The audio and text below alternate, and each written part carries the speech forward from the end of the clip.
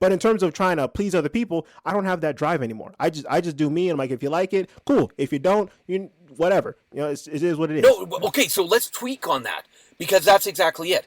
When a person shows up and you want an actionable step, when a person shows up in your life, if they like you for who you are, great. If they don't like you for who you are, great. And the reason I say great for both is because here's what happens. If someone only likes you for who they want you to be, then you're saying that, and you believe them and you try to change yourself, you're saying their opinion of you is more important than your opinion of yourself. And there's over 8 billion people on this planet. And so why waste your time trying to be something for other people? When you just start being you and the people that love you for who you are start showing up, that's cool. But what even goes better is, and you'll have to take my word for this one, because I've just proved it in my life. The people that start showing up in your life will blow your mind.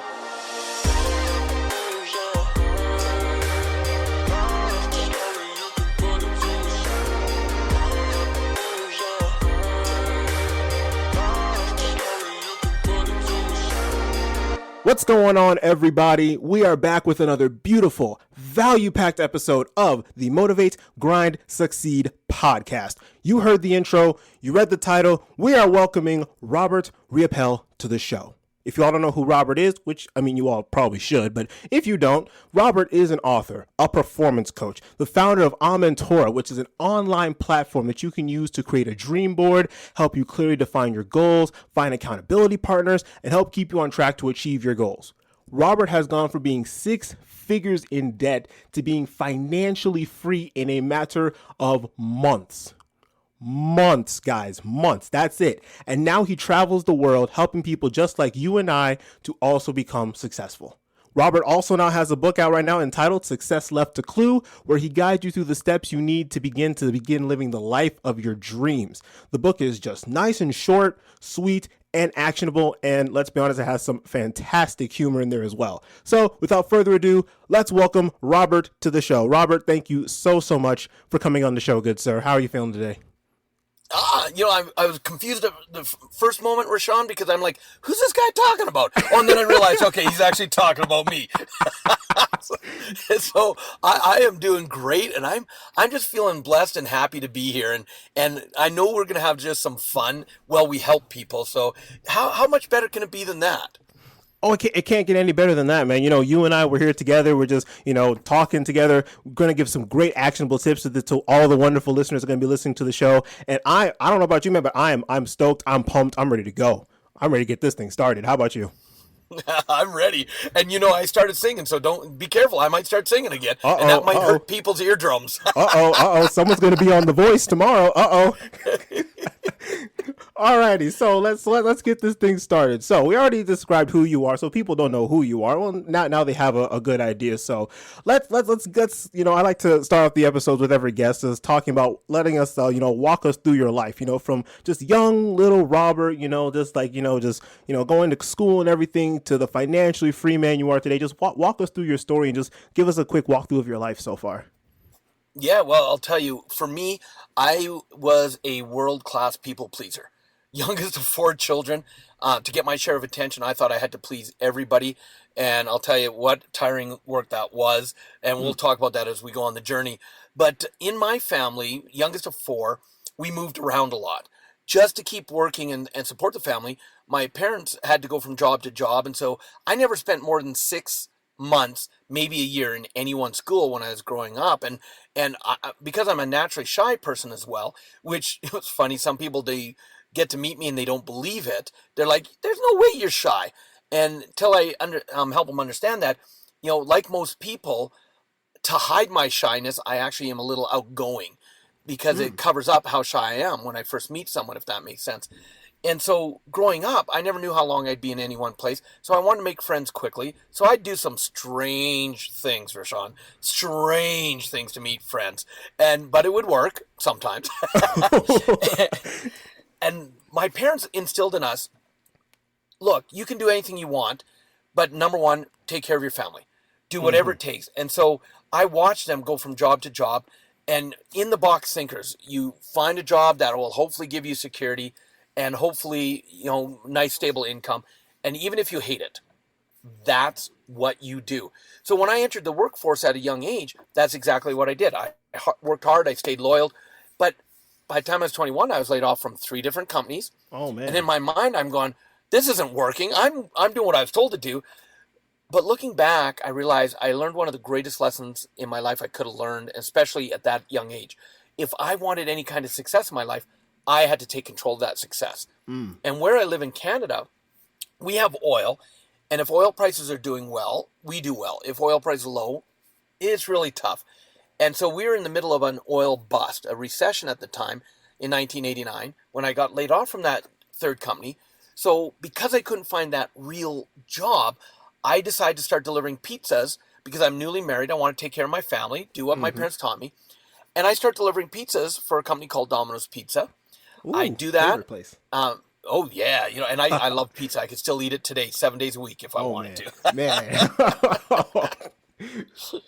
But of course, I can make it the way I want to make it, which helps a lot too. And so I went from being a driver to all of a sudden becoming a store manager because I wanted something more permanent. Because remember, find something that's got security.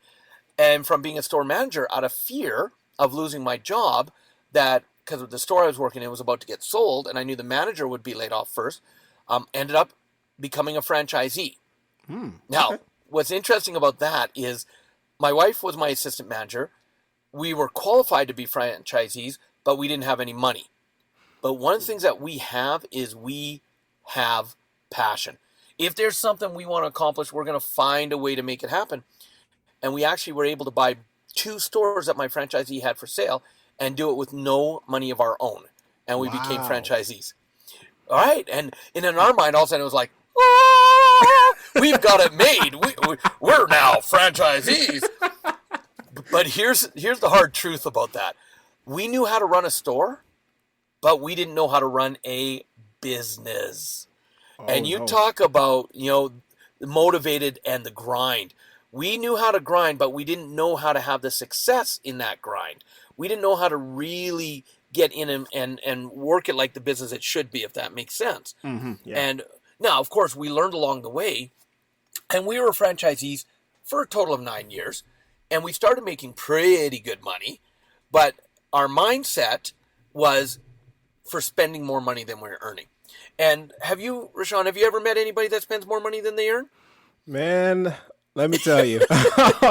Sometimes I tell people like, yo, that's why you guys, you need to, if you get a credit card, you need to ensure that whatever you put on that credit card, you have in your checking account to pay off in full best you can at the end of that month. Now, of course, we're not talking about like if your fridge breaks, you don't have like $2,000 sitting there, but if you're going to go buy some food or go buy your groceries, don't put $1,000 of charges and you only have $200 in your checking account. Like like you said, do not spend more than what you have. Well, and see, that's an actionable step right there. And it's called, what gets caught up for most people, and what happened for my wife and I, it's the instant gratification things. Oh, that's a big one. The things that I want this. Do I really need it right now? No, but I want it. And people will go for what they want before what they need. And that's what got my wife and I into trouble. At the 8-year mark, we had all the toys. Because, hey, we're franchisees, we're successful. So we had one of our stores in a resort community, so we had a boat. Now, of course, boating season was our busy season, so we could never go boating because we were always in the store working. So the boat sat in our driveway looking nice with all the expenses. And those instant gratifications ended up putting us over $150,000 in debt and going down quickly and stressed. Oh, were we stressed? Because now it was like we felt like we were behind the 8 ball. What are we going to do? And I don't know if you've ever experienced financial stress, but man, it was one of the worst stresses I've ever gone through. And it was painful. And that's when, because of that level of stress we got to, we were actually introduced to personal development. And not to give you my age, but let's just say my brother-in-law had tried to introduce me to personal development. He said, hey, I got these cassette tapes from this guy named Tony Robbins. You got to listen to these. Yeah. Now, hey, at least he didn't say I've got these 8 tracks. They were still only cassette tapes, right? Okay. And I looked at him and I'm like, I don't want to listen to that stuff. I don't need that. I'm doing fine. And Quote, here's unquote. here's a technical. Yeah, you know what FINE stands for, don't you? Oh, wow. Oh, actually never heard FINE used as a acronym. I've heard FEAR as like false evidence appearing real, but I haven't heard FINE as an acronym. That chuckle scares me. Well, you know, the F stands for effed up. Oh, no. Insecure, neurotic, and emotional. So if someone looks at you and you go, how you doing? They're like, I'm fine. You better run the other direction. Okay. And that's the kind of position we were in. We were fine, and we were fine to the full extent of we were messed up. And all of a sudden, we were desperate to get out of Domino's because we weren't enjoying it anymore, which was one of the reasons we were actually financially stressed and now not doing well. And so our thought was, well, if we're not doing Domino's, what can we do? And here's how funny how the mind works. Our mind naturally went, well, we know franchises. We've been franchisees for 8 years. We'll just do another franchise. But we didn't have any money. Worse off, we were deep in debt. But that's what our mind said. So we went to a franchise expo, and we started looking at all these booths, all these different franchises. None of them resonated. And the more we looked at them and saw what the startup costs were, we got more frustrated because, it's like, nope, never mind. Nope, can't afford that. And so we got even more frustrated. So we left, but 2 weeks later, we received in the mail a letter. And Rashawn, for some of your younger listeners, a letter in the mail is what we call email today, but this physically showed up in a mailbox. You would actually open it, you'd pull a piece of paper out. You can tell I like having fun, and I love your laughter, so we're going to keep having fun. Oh, man. Okay, I mean, for the younger listener, you shouldn't say email. You should probably say, they got a DM. You should probably say that now. Oh, see? Look at how out of scope I am. Dang it. Oh, man. See, I just learned something new. Now I can't learn anything new today. Oh, that was your one lesson for the day. You got to go to sleep, reset, come back tomorrow. That's it. I tell people I have one brain cell left, and I'm doing everything I can to take care of it. But, you know, in serious note, remind me, we'll come back to why I say I have one brain cell left. Oh, okay. All right. So in the mail, though, we got this letter and said, thank you for visiting our booth. And here's 2 tickets to an amazing 3-hour evening that'll change your life. And each ticket was worth $39. And I'll tell you, the only reason we showed up to that 3-hour training was because, thank goodness, our mind would not let us waste $39 tickets. And I'm glad we walked in that room because it blew us away. 3 short hours later, we find ourselves running to the back of the room, paying $600 to go to the 3-day weekend that we were told would take us to another level. And this is in March of 2001. And the training was going. Sorry, go ahead. Yeah, and just so I'm clear in my head, this is also still while you're 6 figures in debt, correct? That's right. Oh yeah. So that's the funny part, is because as soon as we leave, a couple days later, we now go through buyer's remorse, as well as, what the hell did we just do? We can't afford $600. What are we doing? And so on the day that the training started, we showed up with one goal: get our money back. That's it. And I walked in with ready for a fight. Tell me I can't have my money back. Now, the most amazing woman who later became a great friend, she knew what was going on in our minds. And she's like, look, there's nothing I can do right now. However, why don't you come in until lunch? Let me check some stuff out, and at lunch I'll come find you and we'll figure out how to get a refund. And I'm like, fine. So I go out to the vehicle. Yeah, see, fine. You now know what fine means. So I go out to the vehicle because my wife hadn't even come in. She's like, go in, get our money, let's go. So I went out and I'm explaining to my wife, look, we've got to go in till lunch, but at lunch we're getting a refund. She's like, fine. So she comes in. I'm never going to hear the word fine the same way again anymore after that. Well, then I've achieved my goal. So we go in and we start learning, and all of a sudden by the time lunchtime hits, we are just blown away. And the woman comes find us and she goes, oh, there you are. Do you want to talk about a refund? And we're like, get away from us. We don't want a refund. We're having fun. What are you talking about? Oh my goodness. And so we stayed for the entire weekend, and here's basics of what we learned. We understood why we got ourselves into debt. We actually took ownership, that it was us that was responsible instead of playing the victim. And then more importantly, we learned some very specific tips that we could put into action. Now, the key is we left that weekend and we took action. What is one of the biggest things that separates successful people from non-successful people, they don't take action. Successful people do. And, well, Robert, what if I make a mistake? Perfect. Learn from it and go again. That's the key. And so we left that weekend with a whole new mindset, a whole new understanding, and some excitement about actions we can take and putting those actions into place, Rashawn. We ended up going from $150,000 in debt to actually retiring completely financially free 9 months later at the age of 32. That is. Oh, I thought you were gonna say your age.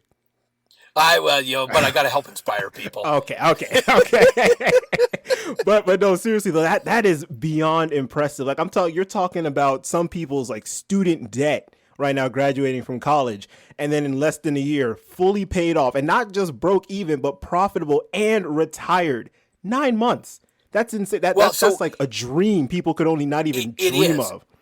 But let me give you some education to you and your audience, because I was hoping I would get that response. Because notice where your mind went. Your mind went, it was completely paid off. We're now cash going well. We're creating wealth and all's good. But see, most people don't understand the definition of financial freedom. So let me educate you and your audience, if you're up for it. Please do. I'm always down to learn something. Yeah. One of the reasons we were deep in debt is because we had a lot of debt. We had a lot of expenses. We had the boat. We had 2 vehicles. We had all these instant gratifications that we were paying for month to month. So our monthly expenses were astronomical, especially for us. And we didn't know what passive income is, so we had none. And the definition of financial freedom is when your passive income is greater than your expenses, you're financially free. Meaning, even if you quit working, you still have enough income coming in to maintain and pay for your debts. So are you tracking with me so far? Yeah, I'm tracking, yep. Okay. So because we had huge debt and we had no passive income, there's no way we could be financially successful. But one of the first things we did is we were taught in that weekend, one of the easiest ways to create financial freedom is to simplify your life. So my wife and I, the first thing we did is we sat down and we had a hard conversation. And it sounded something like this. What don't we need right now? Right now in our life, that if we were to get rid of the expense, we would be shorter journey to financial freedom. So we sold the boat. Wow. We sold one of our cars. Oh, man. We started offloading debt that we did not need. Because it's nice to have it, but the stress, and we weren't using it properly anyway. So because here's another difference between rich people and poor people. Rich people think long term. Where do I want to be? Poor people think short term, that instant gratification. What can I have right now? And unfortunately, as you will know, a lot of the younger generation right now, it's all about the instant gratification. Absolutely. The good news is your younger generation, when I was younger generation, it was the same for us. We all go through the same stuff. We want that instant gratification when we're young. So there's no generation gaps here. We're all repeating the same cycle that every generation goes through, plain and simple. Mm-hmm. And let me take it on a side note. Do you know who F.W. de Klerk is? I do not know. He was the president of South Africa that actually set Mandela free. And in 2009, I was hosting an event, because one of the things I also do is I get to host amazing trainings where we have some of the top thought leaders in the world. This particular training I had as on the stage that I got to meet because I was the host. We had the Dalai Lama. What? We had Sir Richard Branson. We had F.W. de Klerk. Whoa, you had Richard. Whoa. Yeah. Okay, hold on. I'm sitting down, but let me just stand up and sit down again. What? Yeah, I've been blessed to share the stage and train some of the top thought leaders of the world. And that's one of the many blessings I've received since my journey of becoming a trainer. And so in this training, we had like 18, 19 of the top thought leaders in the world. And of course, I get to spend time with them in the green room. And when you see how real people are, it's phenomenal. But F.W. de Klerk, he was on the stage and he was giving such valuable information, and he was doing a question answer later, and a gentleman stood up and said to him, I'm afraid. And he said, for what? He says, our younger generation is so messed up. How is this world going to survive? They seem misguided. They don't seem to be doing well. And F.W. de Klerk floored me with his answer. He said, when I was their age, my parents thought the same thing of me and my generation. And we've done pretty well. So let's believe that they can do well and have trust in them and faith in them. And I was like, yeah. If that guy went from messed up to creating history by setting Mandela free to impact the world, then we're going to be okay. Wow. Does that make sense? Yeah, it's almost like a how do I put this, like a coming to maturity type of thing. Like everybody goes through that stage when they're younger of like I was gonna say a little bit before, like we're in that Instagram, like, oh, just double tap like it and swipe through, and then if you look at advertisements, you have to get people's attention in the first like under 5 seconds, otherwise they keep scrolling. And TikTok now, like they just increased the length of their videos to like 2 minutes recently, and what used to be maybe 15-30 seconds, and the attention span and all those kind of things, they're very quick, right? And so but I feel like as you get older, you start to realize the importance in actually like sitting, listening, and getting information in throughout a longer period of time, because when you do that, instead of just getting something real quick, fast, and in a hurry, when you actually sit down, you listen and you talk, there's a lot of tidbits that you can get throughout a longer conversation that you simply just cannot get in like 15 to 30 seconds, simply just because of the time constraint. Exactly. Yeah, and in our society of instant gratification and social media, where everybody wants their 15 seconds of fame that goes viral, here's what you've got to understand. Did you watch The Social Dilemma? That documentary? No. It's the one where, okay. So when you have a chance, this is why I love biographies. This is why I love watching documentaries, is because it's easy to look at someone's look at how famous they are. I could never have that life. But when you look at their backstory and you look at the trials and tribulations and the turmoil they go through to get where they got, that's the inspiring part. That's where, like you're saying, take a deeper dive, look deeper. And in people's own time, they're going to get there. Everybody's on their own journey.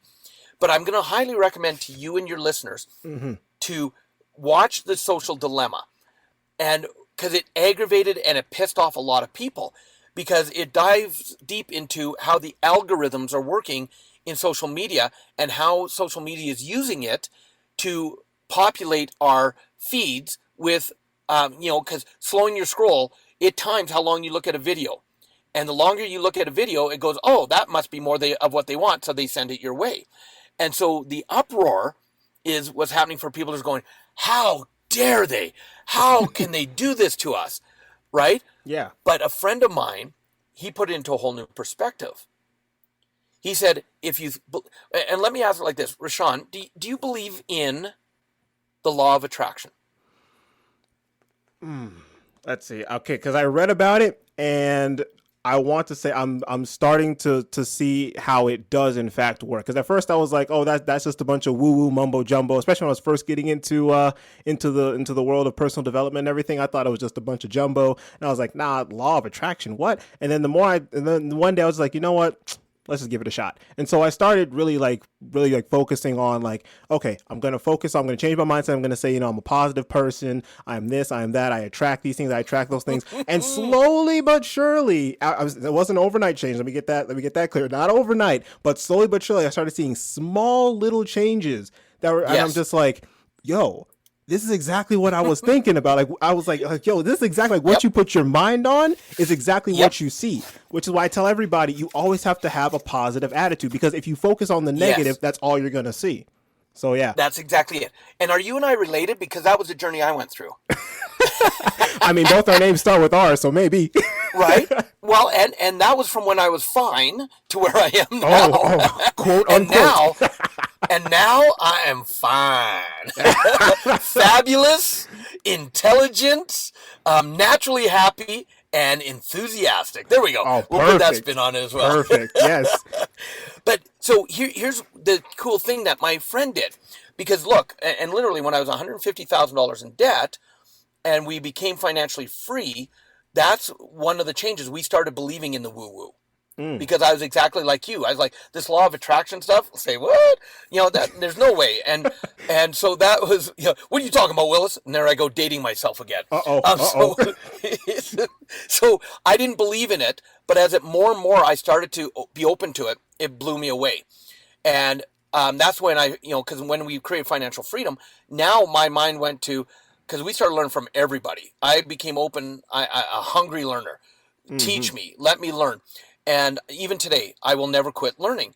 And as I learned more, I found my passion was to be a trainer, because I felt if I could even help one person do what my wife and I had done, go from financial debt to financial freedom, it'd be all worthwhile. And so I'm going to come back to the social dilemma, but I want to finish this loop. So when we became financially free, we still had debt, but we had enough passive income that it was servicing that debt. And the key reason this is important to understand is because now we didn't have to work if we didn't want to, because of the fact that we had enough income coming in without us working to manage our debt level. But here's the cool, magical part. We also had been earning a living 40, 50, 60 hours per week in our stores just to earn a living. Now imagine, and I'm going to ask it like this, Rashawn, if I could sit there and say, I'm magically giving you an extra 60 hours a week to do with as you please, do you think that would have a big impact on your life? You have absolutely no idea how much help 60 more hours in an entire week would be. You have no idea. This, right? So we freed up 60 hours a week because now we didn't have to earn a living. And my wife and I went, let's take a breath first. And let's not waste all that time. Let's take 10 hours a week. Commitment. 10 hours a week. And let's now focus on creating wealth. And this is where the law of attraction comes back in. Because now we focus on, and it's the same universal principle that says what you focus on expands. And so because we took 10 hours a week and focused on creating wealth, creating the wealth became so easy at that point. And all of a sudden, we went from just financially free to being able to create amazing wealth in our life and have a ton of free time at the same time. Wow. Does that make sense? Oh, yeah, that makes sense. That makes sense. Okay, now let's go back to the social dilemma, because you want to talk about why I want people and actionable steps. Because in the social dilemma, well, everybody's getting pissed off. Everybody's like, how dare they use my information and my algorithm that way? That's not right. And so my friend took a deep look at this and he said, Robert, let's do a journey on this. He said, this, I believe, and if I can prove it, is actually the greatest example of law of attraction anyone will ever experience. And I'm like, okay, I'm up for the challenge. What do? He says, on our social media, he said, instead of focusing on, and it was during the US's election and such diversity and polarity. And he said, I noticed that if someone says something I don't agree with, I respond, and all of a sudden my feed gets filled with more of what I don't want to see. He said, so what if we consciously, and here's the key, consciously go in and only look at feeds of what we want to see, and instead of just liking them, put a heart on them. And just quickly pass over advertisements, pass over the things we don't want to see. Let's see what happens. Well, all of a sudden, we started seeing our feeds reflecting more of what we truly wanted. All of a sudden, all the advertisements were things we were wanting in our life. And all of a sudden, we put the law of attraction. Social media became the greatest example of law of attraction you've ever seen. It was freaking amazing. And now I was getting everything I wanted coming at me instead of the things I didn't want, because I wasn't putting my energy on the things that frustrated me. Wow, that's right? Yeah, absolutely. Yeah, I was thinking, because I have a not a story like that, but a similar story. I think I said on a past episode where I'll keep it short and keep it brief. But pretty much like I said, like back when I was in college, I used to have my Instagram was just flooded, just full. I was following maybe like 350, 400 kind of people, and like there was like no interaction among them, and most of them are just like maybe some theme pages here and there, maybe some Instagram models or whatever have you, things like that. And so I was just like, these people and these pages aren't really helping me that much. So I went through, like you said, consciously Yes. just went through and just removed all those people from the accounts. Just like, okay, you don't bring me any value. I mean, you look like a solid 10 out of 10, but you don't bring me any value. You're not doing this, you're not doing. So I removed those, and my account went from like almost 400 or so people that I was following down to like less than 100.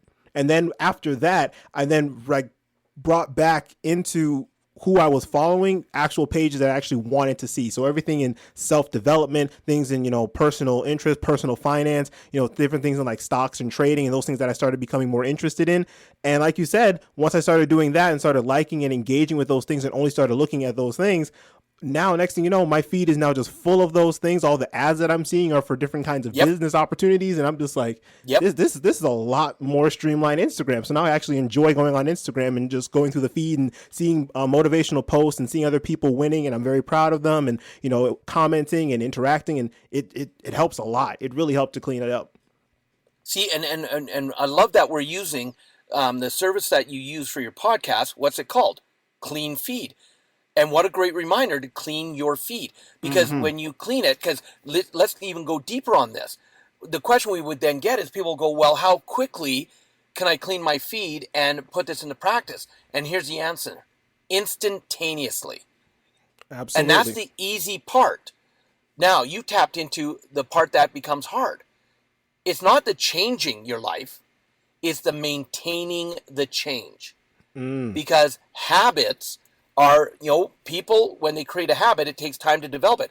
So we could teach someone, and this is why having a coach in your life or a mentor in your life is so critical, because they'll hold you to keep you on track. Because you could go in and clean up all your social media very quickly, but then all of a sudden you'll get what we call dragons coming from the side to test you. And it'll sit there and to see if you all of a sudden it can catch your attention. The algorithm will test you to see if it can take you off your track. And this is why I say, when it comes to something you really want, slow your scroll. If it's something you don't want, speed it up, right? And because it's tracking how long you're looking at something. So if there's something that you truly want in your life, then maintain it by slowing your scroll, giving it the time, not that just instant, double click past, whatever you guys call it in the younger age. Yeah, we just call it double tap. And why do you think that now TikTok is extending the length? Is because they're seeing the power that if people take longer, then that gives them more data. And so you can utilize this in a powerful way to really design the life you truly want and surround yourself with the people you truly want and actually attract to you the people. Like, let's go back to being a world-class people pleaser. Right, yeah. When I was a world-class people pleaser, if I wanted someone to like me, I became like that lost little dog, like, oh, please, please, please, please, like me, please. And I would get them so pissed off at me because I was over trying to please them. And I'm guessing that you can relate to that, right? Oh yeah, absolutely. That was a big thing, especially. I know you might have to think kind of far back, but for me, like when I was back in middle school and everything, that was a big thing for me. When you're going through that phase of like, what group of people do I really fit well? Do I fit well with the cool kids? Do I fit well with like the nerds and the geeks? Do I fit well with the people who are athletic? Who do I fit with? You're trying to find your tribe, for lack of a better term. Like you're trying to find. We called them jocks back then. Jocks. We called them jocks. right. Trying to find who it is you best fit with, So yeah, so I was over here trying to like, do like what the cool kids do. Like, I was, just trying to do what the cool kids did. I was trying to do like what the nerds did. I was trying to do like what the athletic kids did. I was trying to find where I was like, so it's like you said, yeah, I was trying to like please a bunch of people. And what I found was that in trying to please a bunch of people, I ended up pleasing nobody. Because exactly at the end of the day, I wasn't being true to myself and who I felt like I needed to be. And I was just trying to constantly put up this facade, and it just got tiring. It just got so tiring and stressful. And I was like, you know what? I'm done. I'm gonna just do me. And then ever since I just decided to do me, I'm not gonna say I've been stress free because life is stressful. But in terms of trying to please other people, I don't have that drive anymore. I just do me. And I'm like, if you like it, cool. If you don't, whatever. It is what it is. No, okay. So let's tweak on that. Because that's exactly it. When a person shows up, and you want an actionable step, when a person shows up in your life, if they like you for who you are, great. If they don't like you for who you are, great. And the reason I say great for both is because here's what happens. If someone only likes you for who they want you to be, then you're saying that, and you believe them and you try to change yourself, you're saying their opinion of you is more important than your opinion of yourself. And there's over 8 billion people on this planet. And so why waste your time trying to be something for other people? When you just start being you and the people that love you for who you are start showing up, that's cool. But what even goes better is, and you'll have to take my word for this one, because I've just proved it in my life. The people that start showing up in your life will blow your mind. So going back to that one event when I told you who I was getting to host. Mm-hmm. Now, that's a blessing I've had. And all of a sudden, when I'm talking to these people in the green room, one event I hosted in Asia, I had 3 multi-billionaires that were on the stage. And one of them, again, was Sir Richard Branson. And when you have a conversation with him, he is the most down-to-earth person you've ever met. And so then I'm talking to this 37-year-old multi-billionaire out of China. Now, I barely speak English, Rashawn. I barely speak English. People go, Robert, you're in so many countries. How many languages do you speak? I go, I speak Robinese. That's about all I speak. and because a lot of people don't even understand when I'm speaking what I think is English. And he only speaks Chinese, so we have translators. And we're just having a conversation in the green room, and I'm like, oh, man, I just want to tell you, your information, the story you shared was amazing. And we're just having an authentic conversation. And all of a sudden, out of the blue, his translator says, get this. He says, he would like to know if you would like to join us for dinner tonight.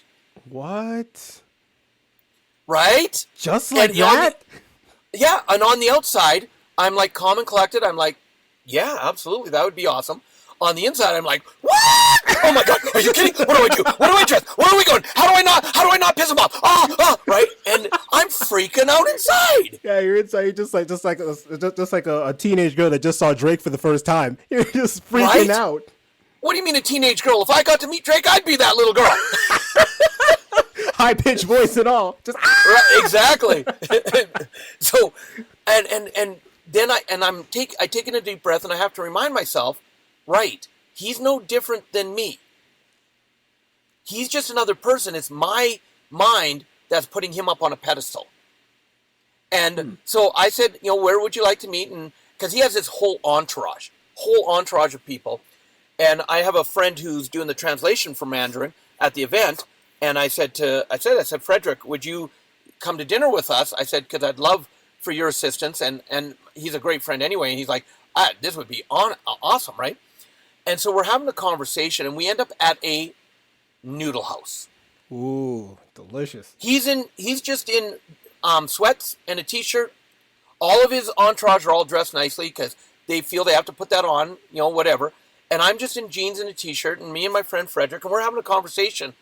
And during the conversation, he says, do you want to know why I asked to have dinner with you? And I said, I'd love to know. And he said, because you're a real person. You're not trying to put on falsehood to please me. And I'm enjoying our conversation. Thank you. Wow. Just being true to yourself. And then there you go. He was, because people can sense when you're being true and when you're being fraudulent. Oh, my goodness. They can really tell. And so when he picked that up, and then, you were being transparently who you were as a person, and he picked that up. And that's also how you build the genuine connection. Instead of just trying to, kiss people's feet and, be something that you aren't. If you just be yourself, then the people who you need in your life will come to you, AKA law of attraction. And that's it. And so I remind myself every so often, and I go, because my mind will go, who am I to have this amazing life when other people are struggling? And I have to take in a deep breath and go, who am I not to be? And if I play small, then I'm robbing my gift from the people that maybe need to hear something that can inspire them. Because one of my gifts is my gift to inspire people and help them. Like my mission in life, Rashawn, is to guide and assist individuals in not only identifying but to live their purpose with passion. And I take that seriously. And so if I'm not willing, if I get caught up in my own self-doubt, and this is why I surround myself with not like-minded people, because like-minded people are the people that, if you hear, and I got this mind shift just last year from a mentor. He said, if you're at a bus stop with 4 other people and you're waiting for the bus to go to the mall, you're in a group of like-minded people. And all that's going to do is get you to the mall. He says, so what you want to do is surround yourself with growth-minded people, because growth-minded people are the ones that are willing to have the hard conversations with you when it's needed. They'll be there to support you when you're down. They'll be there to pick you up when you need help. But they're also the ones that are going to kick you in the ass when you're not playing full on. And as soon as I got that paradigm shift, I was like, wow, got it. Wow, I got to write that down. That's a really, really big one. Just being able to be with the growth-minded people, because it goes back kind of to the what's the quote? How does it go? It's something like whoever you hang around, you become. So kind of like you're the average of the 5 people that you hang around. That's it. You are the average of the 5 people you spend the most time with. And what most people don't realize is they're actually at the top of the average, which means the 5 people they're hanging with are actually an anchor holding them back from truly having an even greater life. And it's not to say get rid of your friends. It's to say, who can I be around that challenges me? Who's got more success or more happiness? And when I talk success, let me be clear. We're not talking just financial. Because financial is only one area. And money is only a tool. You want to be focused on your mental, your emotional, your spiritual, your physical, and your financial. Because the area you're not worried about or taking care of is the area that's going to wipe you out in all other areas. It's like how you do one thing is how you do everything. How you focus on one thing is how you focus on everything else. That's how I believe, and that's why I love to watch people, because it's not what people say, it's what they do. And so I'll sit there and I'll watch people, because that'll tell me everything I need to know about them. One of my, I guess you could call it a gift. I will be on stage and I'll have 1,000. My audiences go from 100 to 6,000 people in an audience at a time, 3 to 5 days, 12 hours a day. I'm on stage, up to 12 hours a day. And when I'm working with people and they're sharing, people always ask me. They say, Robert, you can seem to zero in on someone, and you can tell more about their life than they've known, and you can instantly have a change and a shift in their life. How do you do that? And it's because I watch people, because their actions are telling me more than what their words will ever. I'll listen to their words, but I'm watching how they're saying the words. And so I love to play with people. Some people call it processing, where, and I'll set a context. I will make sure the person's in the right state of mind, where they'll share something, and if something comes up for me, I'll say, okay, are you open to playing? And let me explain what that means. I tell them, and Rashawn, let's go like this. Okay. Have you ever wanted to say something to someone, but all of a sudden your mind went, well, if I say it to them like that, they probably can't handle it, and you've edited your thinking before you said it? Has that ever happened in your life? A lot of times, yeah. I saw that just basically filtering what I say before I say it. And a lot of times when I do that, sometimes when I do that, especially when I'm talking to a new person, it always gets that awkward silence in the conversation. And just like, oh, what do I say? What do I say? What do I say? So yeah, it happens quite often. Yeah. Yeah, and have you ever had someone get angry, and then when you talk it out, they go, well, if you would have just told me what you wanted to really say in the first place, I would have appreciated that more. Have you ever had that happen? I have had that happen before as well, yes. Yeah. See, that's what happens is our minds don't think other people can handle something. And who are we to be the ones to determine it? So what I'll do is I've learned, and it's taken years of just trusting myself and being present. But also when you're truly present, that's when greatness comes through. Whatever you want to call it. Download, you're channeling, whatever you want. I've just learned to say, you know what? I don't need to decide what it is. It's just I love when I get to have fun with this. And so someone will say something, and I'll go, something might hit me, and I'll go, are you open to playing? And here's what that means. Something just came up for me, and I want to say it to you exactly how it came up, and I don't want to filter it. So if you're open to playing with that, say yes, and I'll tell you what came up for me. If you're not, say no, and it'll go no further. Because I don't want to take my unsolicited opinion and force it on someone, if that makes sense. Yeah. And now, because I've set a context and I've been adding a ton of value, almost every 99% time people go, yes, please. And then I'll say what came up for me. And all of a sudden they'll be like, how did you know? And so many times, one of the greatest feelings for me is when I meet someone and they give me a big hug and they go, do you remember when you said this to me? Here's how it changed my life. Thank you. And you can't pre-plan it. You can't figure it out. Here's how I say it. You got to let it out, not figure it out. And that's when you're truly present. It's amazing what you can achieve and accomplish, and when you own your greatness and you surround yourself with those growth-minded people. So find people, when you're you'll attract people into your life all the time that are at a different level than you are. Maybe they have better finances, so you can actually grow to learn to be better by being around them. Or maybe they have greater relationships. So, because it doesn't always have to be with money. Work on the mental, emotional, spiritual, physical, financial, and surround yourself with those people that are in the position where you'd truly love to be, and be the observer. Now, if they're open to questions, ask questions. Probably my mom, she said one time, she said, Robert, the only dumb question is the one you do not ask.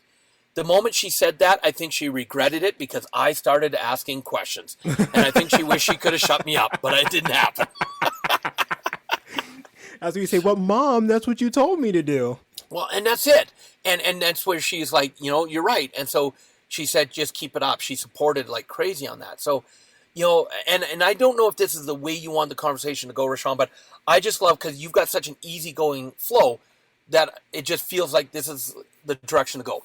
That's fine. Yeah, let's go with it. Yeah. and we just got to learn, though, maybe we should have a little more fun. This seems so boring.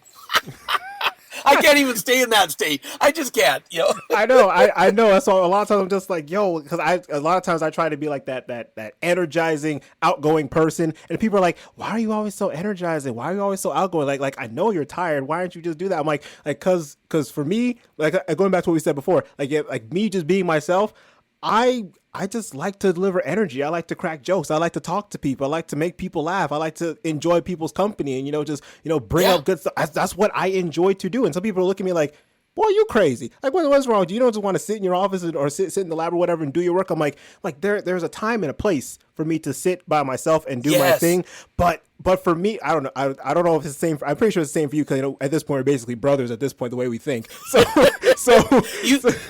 because we're not on video, you can't see that I'm aerodynamic. So you probably have more hair than I do. I actually need to get a haircut. I'm not gonna lie to you. but me too. I forgot to shave this morning. But yeah, like I was saying, like I said, there's a time and a place for me to be by myself and do my thing. But for me to for me to relieve stress, I actually go talk to people like that. Yes. It's weird. It sounds weird to a lot of people. And I know, because a lot of people, they just go by themselves and they may play video games. They might watch Netflix or Hulu or whatever they do. But for me, yes, I do that sometimes, but I feel more natural just going out and texting a friend or calling a friend and say, hey, how you doing? Yes. How are things going? Yep. That's my way of stress relief. Well, so let's go down that road, because look, one of the questions when people finally get to the blessing of meeting my wife, because I talk about my wife a lot from the stage.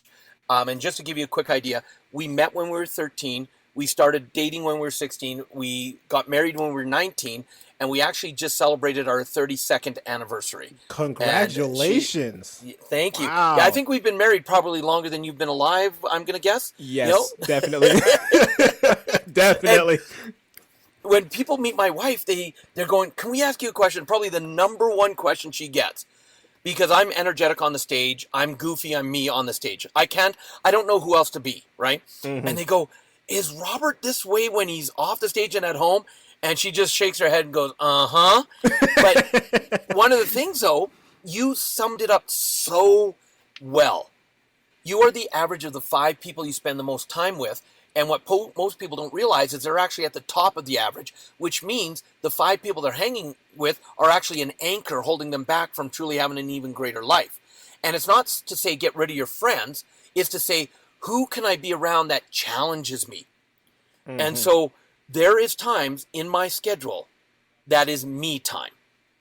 There is times in my schedule that is me and my wife time, family time. And we put those on our schedule first, before we put anything else. That is. Now, I hope your audience got that. Yeah, I'm writing that down. I'm not going. I'm writing that down right now. Yeah. Like you got to schedule the you time first, because I know. I have to digress a little bit here, but I know, like when I was first getting into personal development and self improvement and all those kind of things, I would always say, okay, I was in, and then I was brainwashed by okay, you got to hustle 8 days a week, 366 days a year, no time off, always doing this, always doing that, just go. And I'm like, okay, I think I could do that. And then I started realizing I'm getting kind of burnt out now. But the hustle grind culture says I got to keep going. So maybe burnout is just me being weak. And so I'm just like, no, it's actually not. Because you do. And isn't that interesting? The what we put, our mind puts it on. And I love that you call your podcast Motivate, Grind, Succeed. Because yes, grind is important. However, I went through what you just described.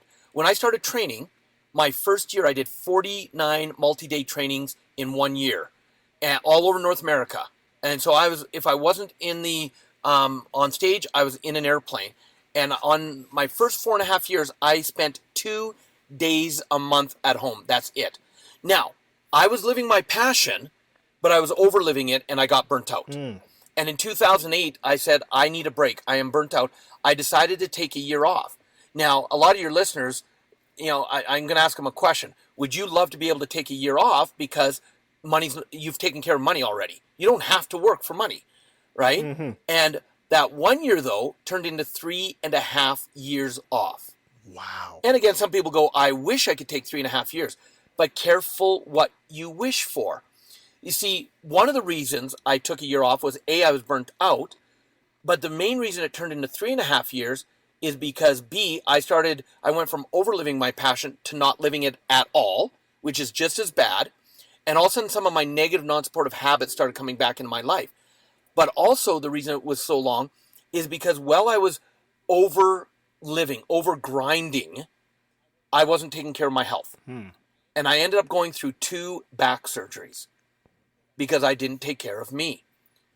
And I'll tell you, nothing will clue you in. I don't care how much wealth you have. If you don't have health, you have nothing. Nothing.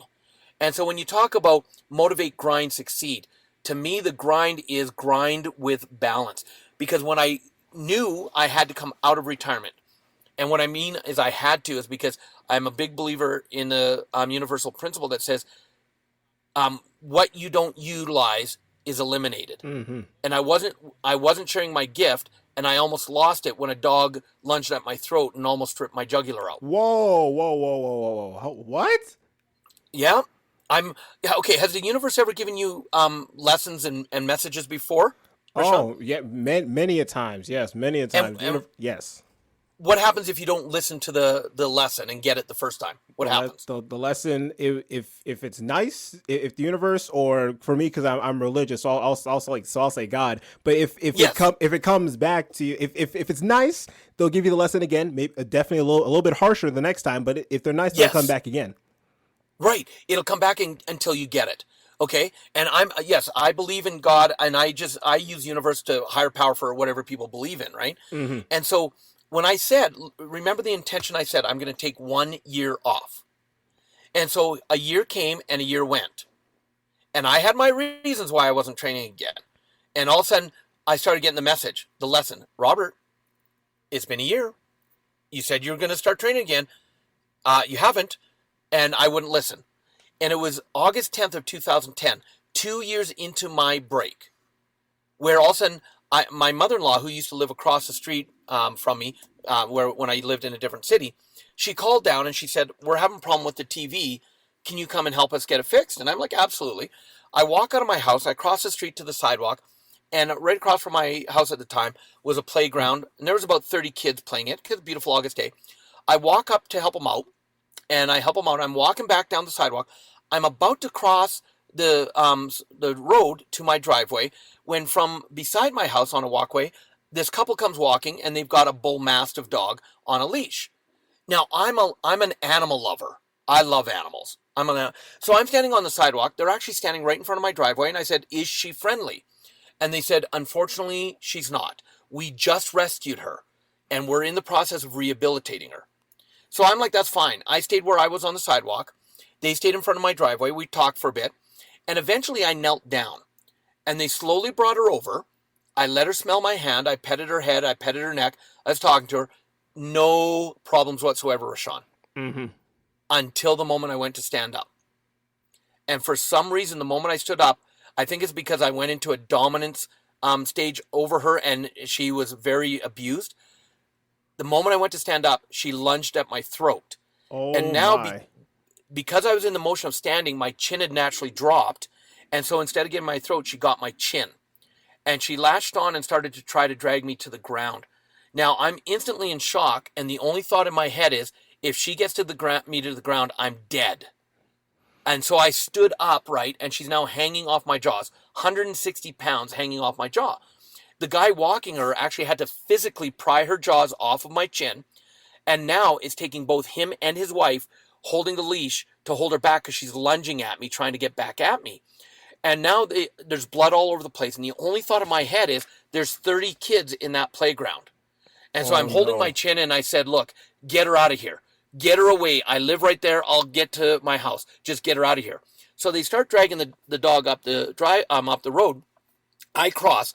I'm going up my driveway, up my sidewalk, blood dropping and dripping like crazy. Oh, my goodness. I get to the door, and now the only thought in my head, if I get blood in the house, my wife is going to kill me. Oh, my gosh. It's crazy. Your life is in danger. Right, but isn't this what the mind does, right? I open the door, and I think I said it quietly. I'm like, Roxanne? And calm. But she comes running, and she sees me. She's like, what happened? And I'm like, the dog attacked me. So she grabs the towel, gets it up to the chin to stop the bleeding. I'm now safe. So the fight or flight, the flight mechanism energy's going away. Mm-hmm. So I start to drain, and I'm about to pass out because I know I'm safe now. And my wife knows if I drop, there's no way she's getting me to the vehicle to get me to the hospital. So she goes into what we call her warrior mode. And she looks at me and sees me starting to wave and want, go back and forth. I'm about to drop. And she looks at me and she goes, don't you faint! Get to that car! And I'm like, yes, dear! Rashawn, if you want to have an amazing relationship, I've learned in 32 years of marriage, the two most important words in a marriage, yes, dear. Oh, my God. Noted. So she gets me to the hospital. The 3 puncture wounds under my goatee, they leave open because they don't want to close up a dog bite so that any bacteria can be flushed out. But on my chin, she had ripped through my jaw, and it took 9 stitches to close that up. Now, here's the thing. In that moment, I had a choice. I could have looked at the attack and went, why did this happen to me? Mm-hmm. Or I could look at it and go, why did this happen to me? Mm. And when I looked at it in curiosity, because I believe everything happens for a reason, but that reason is there to serve you. And I looked back and I went, wow, 1 inch further and the dog would have had my jugular and me and my gift would have been gone like that. And in that moment, I made the decision I had to train again. Not for the money, but because it's my gift. And I looked up and I went, God, I do not need that lesson again. I got it. I got it. Clear as day. Yeah. And what's interesting is within 2 weeks, the company I had retired from, all of a sudden out of the blue, phones me up to ask if I would come out of retirement. They needed my services again. And it was an instant, easy answer of yes. Now, it still took 1.5 years to come out of retirement because of recovery from my back surgeries. Mm-hmm. But the moment I made the decision, my life started changing again for the direction. And here's the number one thing to going back to the grind. I know we kind of went the long way around it, but here's the thing about the grind. I had learned in that time, overliving passion, bad. Underliving passion, bad. So when they asked me to come out of retirement, I said, look, I will do 20 trainings a year maximum, wherever in the world you use me, so that I still have 6 months a year off, because I like my time off. I really do. And so for the last 8 years, since I came out of retirement before COVID, I would fly on average 200,000 miles a year around the world, but I still had 6 months a year my time at home. And to go back to, you cannot give what you don't have. So if you're not taking care of yourself, how do you think you're going to take care of other people? So one of the questions people will say is, Robert, why do you fly to Asia? Why do you fly all these places around the world? And, when it's 15, 20, 25 hours of traveling. And I said, A, because I love to go to people that want to learn and I want to experience all cultures. I said, but B, there's actually a selfish reason. And they're like, what's that? And I say this, the moment I sit down in my seat on the plane, that's Robert's time. I do not connect to Wi-Fi because that's my time to read, because I love to read, watch movies, because I love to watch movies, eat some good food, and drink some nice wine. That's my time. And because I know the moment I land, for the next 3 to 5 days, I'm giving up to 12 hours a day on stage. So if I don't regenerate me, how can I give the grind to them? Does that make sense? Absolutely. Yeah, it goes back to exactly what you were saying before, how you schedule that time for you and yourself first, and then you go into everything else. Because if you don't, you're going to get so caught up and you're going to see your schedule fill up with all the things that you need to do. And next thing you know, you're trying to look at your schedule and say, I don't have any time to eat lunch. And so that you don't have any time for yourself at all. And so you have to schedule that time for yourself in first, or find some time and designate that time. I think I watched a video one time where it talked about like the recommended way that this guy does his rest. He says every day, because he's an entrepreneur, he works Monday through Saturday. And so every day that he dedicates 1 hour of that day to just him. No work, just him. Whether he's relaxing, watching TV, watching movie, whatever, just him. And then in that entire work week, he designates one day, which for him, because he's a Christian, it's Sunday. So that's the day that he rests. He goes to church, does absolutely nothing work related whatsoever at all. Exactly. So he designates that time every single week. And because of that, he can go months and months and months and just not get burnt out, because he's taking the time for himself to rejuvenate and recover so he can hit the next day hard. You hit it right on the head. And remind your listeners, where am I doing my podcast from right now, this interview? You are out in the middle of who knows where, in your Jeep, chilling. That's right. The closest town to us is a 20-minute drive away. Yesterday, for Father's Day, our RVs are circled around like a wagon train. We're here with family. And yesterday, we had our quads, our ATVs, our side-by-sides out going through the bush, looking for just enjoying nature, being together, regenerating, rejuvenating, having a blast, getting dirty. And so, I asked my wife, I said, do you want to stay longer? And she said, yeah, because I actually have better internet service here than I do at home. So the moment because family's important to us, the moment I'm done this interview, I'm going to drive an hour and a half to home. I'm going to pick up my pet pig, because I have a pet pig, 265 pounds, that she stayed at home because it was only supposed to be a one-day trip. And I'm going to load her up in the back seat of the truck. I'm going to drive back here, and we're going to spend the rest of the week out here because I can do everything I need to do while enjoying nature and life and family. Wow. Man. Living the dream, man. Living the absolute dream. I should say I'm jealous. I'm jealous, man.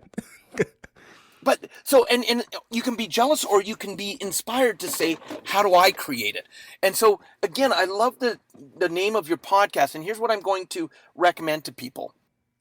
Don't just be motivated and grind to succeed. Be motivated and grind with balance to succeed. Because then you're around to do greater things. That's the most important part. Don't burn you heard that, listeners? Do not burn yourself out. I know what the podcast is entitled, and the reason why I entitled it that is so that I can motivate you, so that way you can grind hard day in and day out, because motivation only gets so far, right? You need to eventually turn that motivation into discipline, and that discipline will get you through the grind, and then you'll be able to succeed. That's why I named it the way that I did.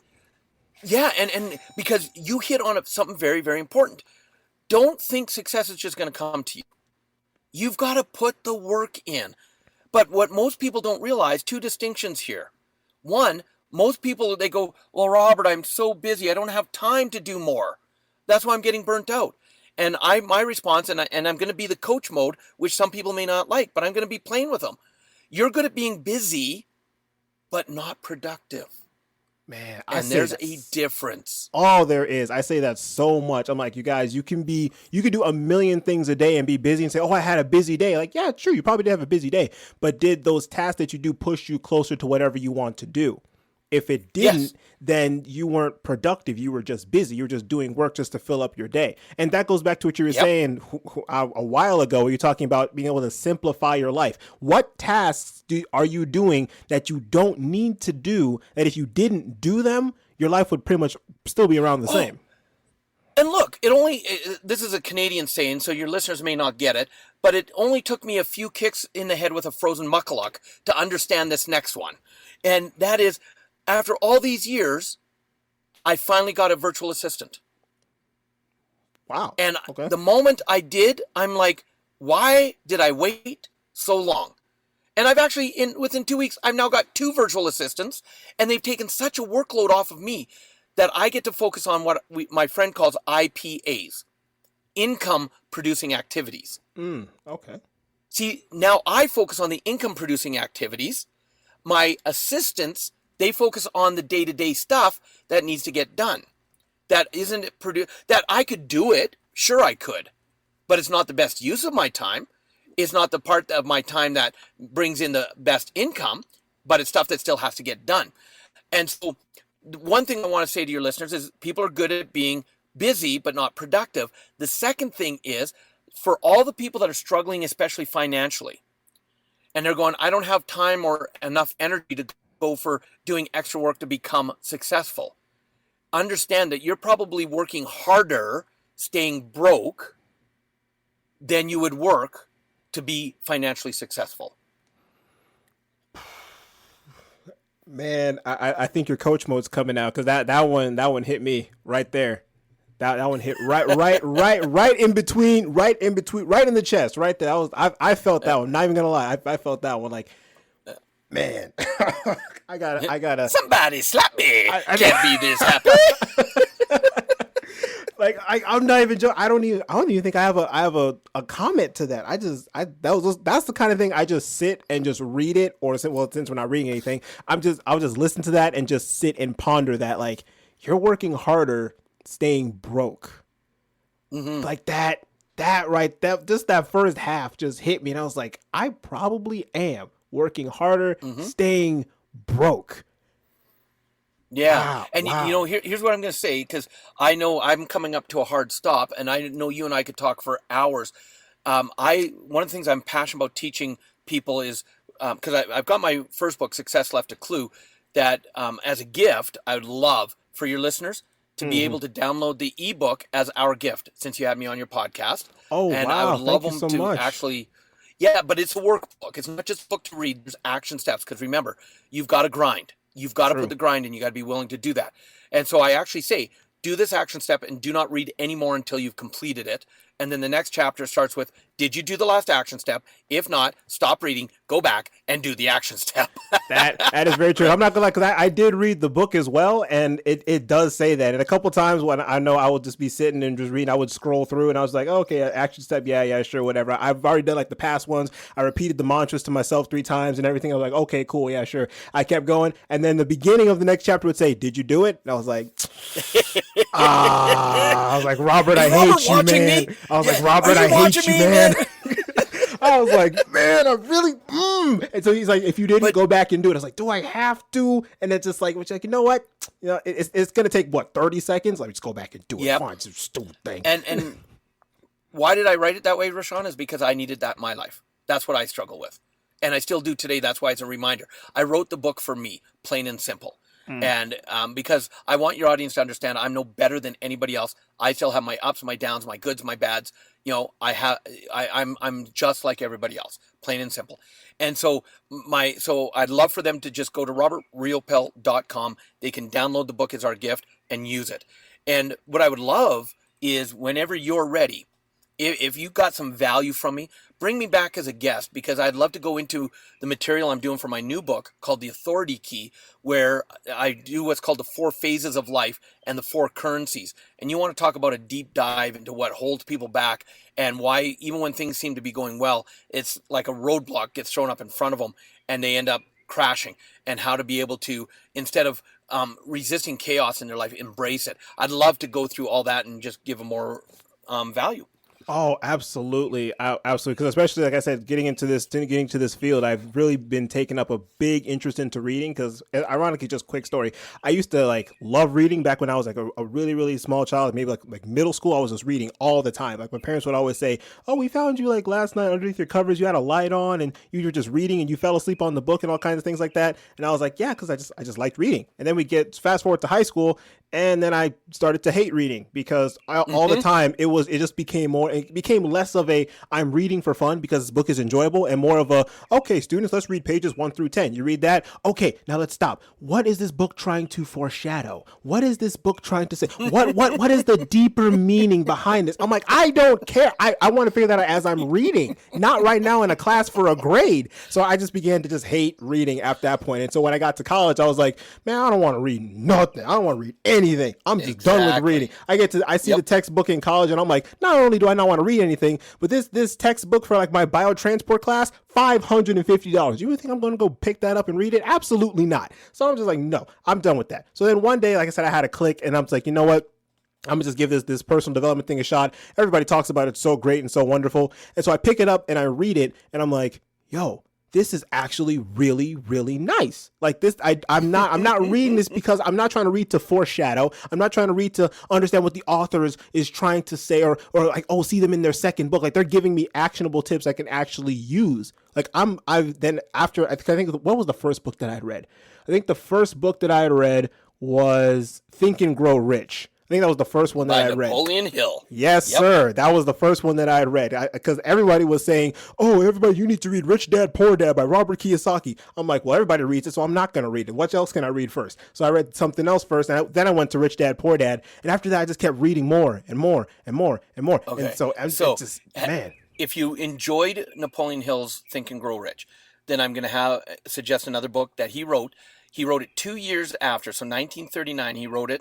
But it did not get released until 2012 because it was so controversial that they feared his family, the retaliation on his family would not be good. And so they put it in the vault until not only had he passed away, but his wife had passed away. And then the foundation finally felt the world could handle this information.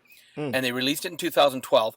The co-author of Rich Dad, Poor Dad, they brought it to her and they said, would you please update it for today or put your thoughts into it? And she kept it mostly as it was, but she put her own thoughts into it as well. And when I read it, I felt it was more relevant for today's day and age than even way back in 1939. And the book, and I don't know if you've read it, it's called Outwitting the Devil. I have not read that, no. I'm writing it down. You have to read it. Yeah, Outwitting the Devil. It is a powerful book. And people will go, oh, but, Outwitting the Devil. And it's like, read it with an open mind because it's the devil in your mind. And it's how to your self-talk, how you take yourself down, how you motivate yourself sometimes, but then how you sabotage your success. And it's a very powerful book of just what's going on in that inner turmoil in almost every single person on this planet. Okay. Yeah, it's amazing. It's amazing. Outwitting the Devil. Okay, just had to write that down. Okay, Outwitting the Devil. That is going on the to-read book list that I have, and it's getting ever longer by the day. So, yeah. So, awesome. Outwitting the Devil. Got it. Perfect. All right. So, Rashawn, I've got a date with my little princess, all 265 pounds of her. Yeah. Oh, man. And she is a princess. She doesn't know she's a pig. She thinks she's a dog, and so don't tell her. Okay, but she is a princess. She is pampered, I'll tell you. We've had her since she was 2 days old. Never thought I'd ever have a pet pig, but these 10 years she's been in our life so far, what a blessing she's been. Yeah, I bet. I don't know if you ever saw just real quick, I don't know if you ever saw that commercial. I forgot what the commercial, I think it was for like a bank or something, but it was like the reggae singer in the back, and there was like the old people walking with like a pet pig, and the song was like simply bombastic. That's simply fantastic. That's what it reminds me of when you said you had a pet pig. I was like, he's gonna be that guy. Yeah, she's our princess. That's for sure. Alrighty. Well, but I've had fun. I know talking with you. It was absolutely enjoyable, and definitely for sure. Once you get your next book out, I will 110.69% bring you back on the show so we can talk about it, because this conversation was absolutely fantastic. I am 100% sure that the listeners got a ton of value out of this episode, and if you didn't, you probably were listening on mute. So go back and listen to the whole episode again, because if you didn't take at least one thing from this episode, you were either listening on mute or you just weren't even listening to this podcast at all, which I don't know what to tell you. You all check your pulse. Your pulse. Thank you. Yes, exactly. Check your pulse. Make sure you're alive. Make sure you're actually like listening. Like listen. Just, you don't even have to have an open mind. Just anything at all. Like I was over here writing like crazy, and I just remember we didn't even get to the question of why do you have one brain cell left. I just remember we didn't even get back to that. Well, that's easy. That's easy because people go, why do you put yourself down and say you only have one brain cell? And to me, it's a reminder that I'm not done learning. Because the moment I think I know everything, I'm done. The moment I get full of myself, I'm done. So it's just my way of reminding myself that, you know what, Robert, you're still at the infancy of learning. There's so much more greatness to come in your life if you keep being that student. There you go, guys. There's another lesson right there. Always be learning. I just made it easy for you. You don't have to go back to the whole episode anymore. But still, you still should though, because there's still a lot of good value in there. So with that, Robert, I know you have to get back to your princess, and so with that, we're going to bring this week's episode to a close and wish our wonderful guest Robert adieu. But before you go, please subscribe to the show if you found it useful, and be on the lookout for new episodes every Sunday, 10 a.m. Central Standard Time. Leave a comment and a 5-star review on wherever you're listening if you think this podcast is worth it, because I 100% am sure that this episode was fantastic. If I was listening, I would give it my own 5-star review, let's be honest. And if the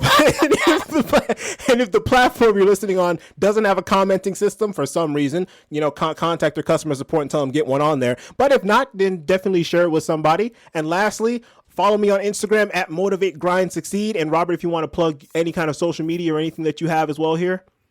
Yeah, if they put my name into Facebook, they can find me there. I'm now just with my virtual assistants getting up more on Instagram and LinkedIn. I'm going to eventually learn that TikTok thing. we'll see about that. You can teach an old dog new tricks. But no, go get the book, download it, use it. And then, here's the thing. Let me know if there's a way I can be of service. I'm the one that answers my Facebook. If someone sends me a message, it's me. I don't have someone respond. So I love to assist people, and I love to connect people, and just, ladies and gentlemen, always live with passion, plain and simple. Absolutely. If you're not living with passion, are you really truly living? That's the main thing. So again, thank you so much, Robert, for coming on the show. I had a fantastic time. You definitely gave me an ab workout for today because all the laughing that you had me doing. So we will definitely have you back on the show. I will definitely keep in touch with you afterwards. And to the listeners, you all take care of yourselves, and I will see you all next time.